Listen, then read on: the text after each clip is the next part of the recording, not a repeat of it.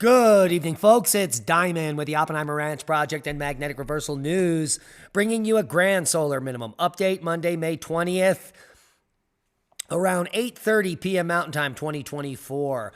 A fast-moving, full halo coronal mass ejection was seen leaving the sun this morning, beginning around 5:30 UTC. Based on updated imagery, this event occurred on the far side of the sun and is not Earth-directed. Perhaps our old friend AR3664 is up to its old tricks again. We should begin to see the big sunspot region turn back into view early next week, and it could be another, well, geomagnetic storm party. Keep calm. It's boom time. An active weather pattern targets the plains and the Midwest this week, and there could be some tornadoes and severe weather. And let's take a look at the high-risk areas. Here is the severe weather outlook for Tuesday, May 21st. The bullseye would be the Quad Cities region of Iowa, but you can see multiple states there in the severe weather threat bullseye. The threat moves east on Wednesday. Here's the severe weather outlook. Only a slight risk, but over a larger region there, as you can see. And then that region shrinks down on Thursday, with just a 15 to 29% probability of severe weather down in Texarkana, if that's how you say that. Large hail and high winds among severe weather threats expected Tuesday for northeast Kansas, so buckle up. There could be hail. Multiple reports of hail come with several warnings Sunday into Monday morning, and the hail map was epic, especially in Oklahoma. 181,391 impacted by hail, 1 inch or larger. And this is over 389 square miles of hail, 1 inch or larger. There were 8,643 reports of hail, gorilla hail, over 1.75 inches, and a total of 16 square miles of gorilla hail. That hail fell in Oklahoma City, Hays, Kansas, and Wichita. Those were the top 3 regions in question. Enhanced tornado threat for the Midwest as well, like we said. And it's spring, and that means unfortunate deaths due to cold water. A paddleboarder dies at the Colorado State Park, likely the 6th water recreation death of 2024. And most of them happen in the spring, dang dang, from people that don't have life preservers on, like this guy on a paddleboard. He wasn't even attached to his paddleboard, and in a high wind event, it separated from him, and he was never seen to surface again. The water can be just above freezing in many of these lakes in the high alpine environment. So just because the air temperature is 70, don't think the water is warm as well. Here's the full forecast. Active weather pattern expected from the Midwest to the southern plains. Dangerous heat likely in South Texas.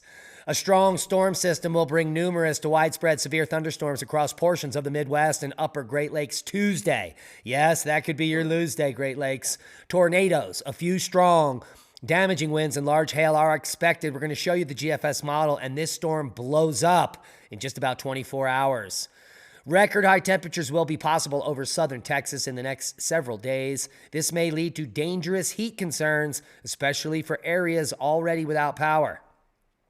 And let's take a quick look at the power outage map, shall we?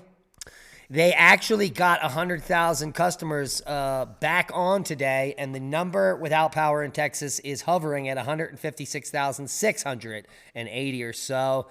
Hopefully, in the next 2 days, most of the power will be restored. But it's a good lesson on preparedness and what you need to survive and thrive in the coming times. Here is a quick look at the GFS model. 6 hours from now, we could see some slight severe uptick in weather here in Nebraska and South Dakota. And by morning, it will explode. Take a look at that severe weather threat up there in Minnesota, moving into Canada, Michigan as well threatened, and Wisconsin. So heed the warnings. And then the shift in severe weather moves to the south there for Wednesday, and then Thursday, another small explosion there over the south. So heed the warnings. Let's take a quick look at the total snowfall accumulation. You can see that it is going to be quite a beginning of summer here as we see snowfall through the beginning of June. Amazing. Shut up, Al. Get in your hole. Al Gore is not happy about the forecast. Quick look at the seismic update. Let's refresh this. It's been quite an active day. We did have a 4.1 in Southern California in Ocotillo Wells. I'm sure that rattled some nerves. Most recent quake of significance, a 5.4 in the Japan region at 40 kilometers of depth. No large quakes today. Here's an interesting rumbler, 5.1 in Kashgar, China. And overall, a slight uptick in activity worldwide. Worldwide volcano news for May 20th, Dukono to 10,000 feet today. We've got Liwatobi volcano puffing to 6,000. Sabancaya to 28,000. That was a big puff.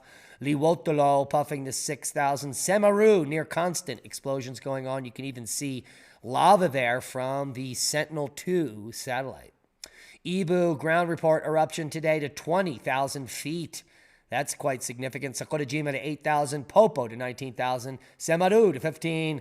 Fuego to 15. Sabancaya to 27. Semaru puffing to 15. Sakurajima puffing to 8.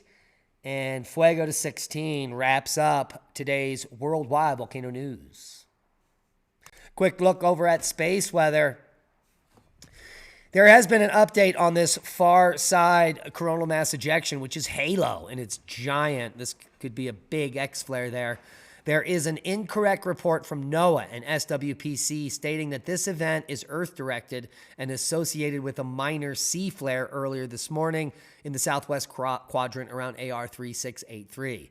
They also show a chance for strong G3 geomagnetic storm conditions on May 22nd. Is that true? No. Apparently, they updated that when they got the bad data. There is no real threat of any geomagnetic activity except for maybe today. And if we look at the KP, we're just hovering around 2, and there is no threat of aurora. So apparently, NOAA is getting some stuff wrong here. But that is to be expected. Never a straight answer at NASA or NOAA. We could see the activity on the sun for the last 48 hours has been quite weak, which is good news for us as we are at solar max, and we don't need any more big X flares coming at us. Now, do we? Bad news. Scientists confirm microplastics are now detected in human testicles.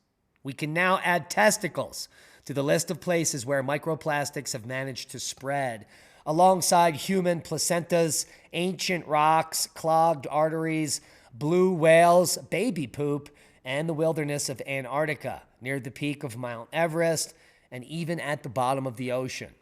Research led by the University of New Mexico looked at testicular tissue taken from both dogs and humans, finding microplastics in every single sample, with an abundance almost 3 times higher in humans than in dogs. How does plastic get in your frickin' balls? That's what I want to know. Good news, Julian Assange wins in U.S. extradition appeal. This is really good news. A UK court has ruled that Julian Assange can challenge his extradition to the U.S.